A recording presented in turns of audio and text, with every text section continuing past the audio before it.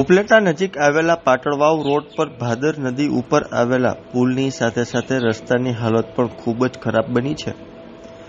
જૂના રાજાશાહી સમયના પુલ કરતાં નવા બનેલા પુલની હાલત વધુ ખસ્તા બની છે, જેના કારણે રોજ અંદાજે 50 જેટલા ગામોના લોકો અને દૂર દૂરથી આવતા મુસાફરો જીવના જોખમ વચ્ચે અવરજવર કરતા મજબૂર બન્યા છે। તાજેતરમાં ગંભીરા બ્રિજ જેવી મોટી દુર્ઘટના સર્જાઈ હોય તેવા દ્રશ્યો અહીં કોઈ પણ સમયે સર્જાઈ શકે તેવી સ્થિતિ છે। પુલના પાયા નીચેની જમીન ખસી જતા અને રસ્તા પર ખાડાઓ હોવાથી લોકોમાં ભયનો માહોલ છે। સ્થાનિક લોકો અને મુસાફરો તંત્રને તરત પગલાં લેવા માંગ કરી રહ્યા છે, જેથી આ પુલ કોઈનું જીવન લેશે તે પહેલા યોગ્ય સમયસર કામ કરી લોકોને રાહત આપી શકશે। ત્યારે જુઓ અમારો ખાસ અહેવાલ।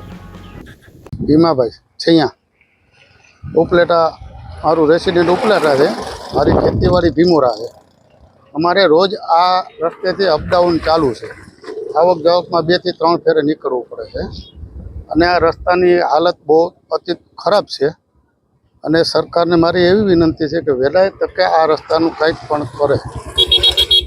આ 45 થી 50 ગામને જોડતો પુલ છે। વંથલી, માણાવદર અને ભીમોરાનું અમારું ઉપલેટા તાલુકાનું છેલ્લું ગામ છે।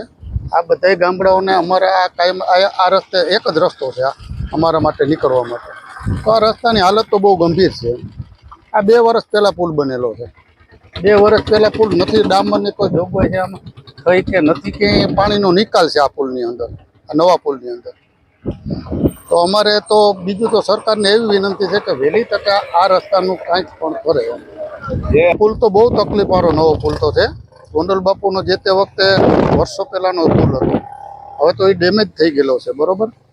પણ આ રસ્તો 2 વર્ષ પહેલાં આ પુલ બનેલો છે ને, આ 2 વર્ષ પહેલાં રસ્તો બન્યો છે। તો આ 2 વર્ષ ત્યાં તો આમનામ જ છે ને, આ રસ્તાનું કોઈ મરામત થઈ નથી। તો સરકારને એવી વિનંતી છે કે ભાઈ અમારો આ રસ્તો વહેલી તકે ગામડાને બધું જોડતા રસ્તા બધા રિપેરિંગ કરે, અથવા આનું કંઈ ડામર રોજ કામ ચાલુ કરે, એમ કે રસ્તા રિપેરિંગ કે કરે એમ। મારું નામ ડૉક્ટર દિનેશ વાઘ છે અને હાલ અમે અહીંયા ઉપલેટાથી હાડફોડીનો જે ભાદરનો પુલ છે એના પર અમે ઊભા છીએ અને આ પુલ એટલો જર્જરિત થઈ ગયો છે કે લોકોને આવવા જવા માટે એટલી બધી તકલીફ, એમાં ખાસ કરીને ચોમાસાની જે ઋતુ છે એ ચોમાસાની ઋતુમાં તો આ પુલ એટલો બધો ખરબચડો અને એટલો બધો કાદવ કીચડવાળો થઈ ગયો છે કે અહીંયાથી જે હાલવા ચાલવા માટે જે લોકોને તકલીફ પડી છે, ખરેખર એ તકલીફ બહુ વધારે